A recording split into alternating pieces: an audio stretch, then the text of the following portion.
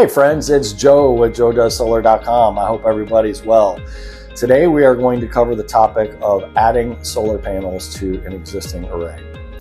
Why would you want to add solar panels to an existing array? Why would somebody do this? It's a good question. If the system was sized right in the first place, you wouldn't be calling me to add panels to your array. Yeah, that's a good point. You're calling me because your system is not producing what it was supposed to. In order to get to 100%, you want to add some panels. Things could have changed in your life where your consumption is more than what it was when it originally calculated, but what is frequently the case is that unscrupulous solar dealers Listen, I'm here, little buddy, to make some money.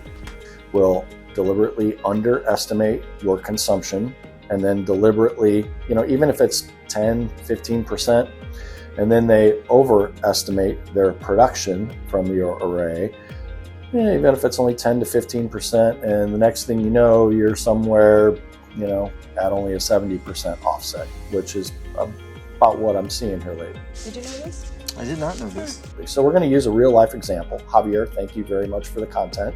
As a matter of fact, we just got off the phone, and Javier, like a lot of people, have an existing array. So here are the problems with adding solar panels to an existing array.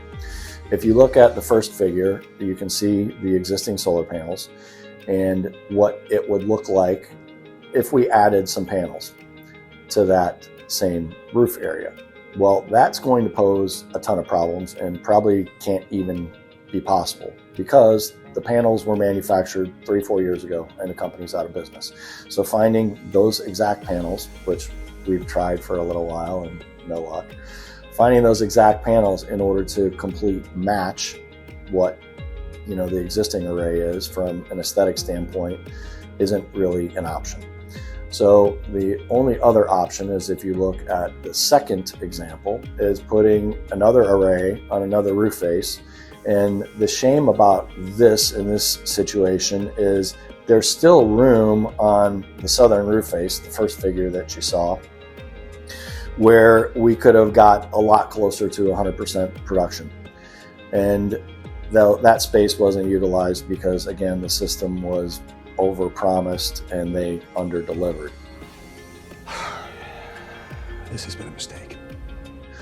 So now we're, with it seen as that we can't find the exact same panels, we're left with a scenario where we've got to use an entirely different roof face so that two panels that are different aren't side by side.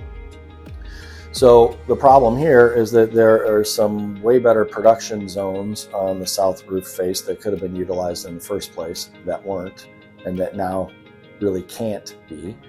And now we are forced to utilize a roof face that is good. It's a good production zone, but it's not ideal. So just an example, if I can put 10 panels on the south face, okay, to get you where you need to be, now I may need 13, maybe even 14 on the other side in order to do the same thing because of the way that it's orientated in relation to the sun.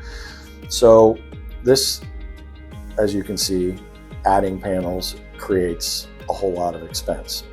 The same hard costs are associated with both installations: engineering, permitting, running a truck, the labor, etc.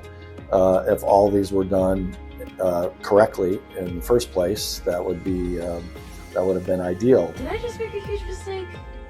But this is what we're at. If you have a system that you're thinking about getting from hopefully a trusted provider and you want a second opinion, I'd be happy to take a look at that. I'm here to help, and I'm here to share with you all your common experiences with trying to navigate this. I hope it helps. We're going to have another video coming up shortly that is going to really get into the weeds as far as the reasons behind why a lot of these things that I'm talking about occur, in addition to some of the more broad brush statements that I've made already. Hope you guys are well. You take care.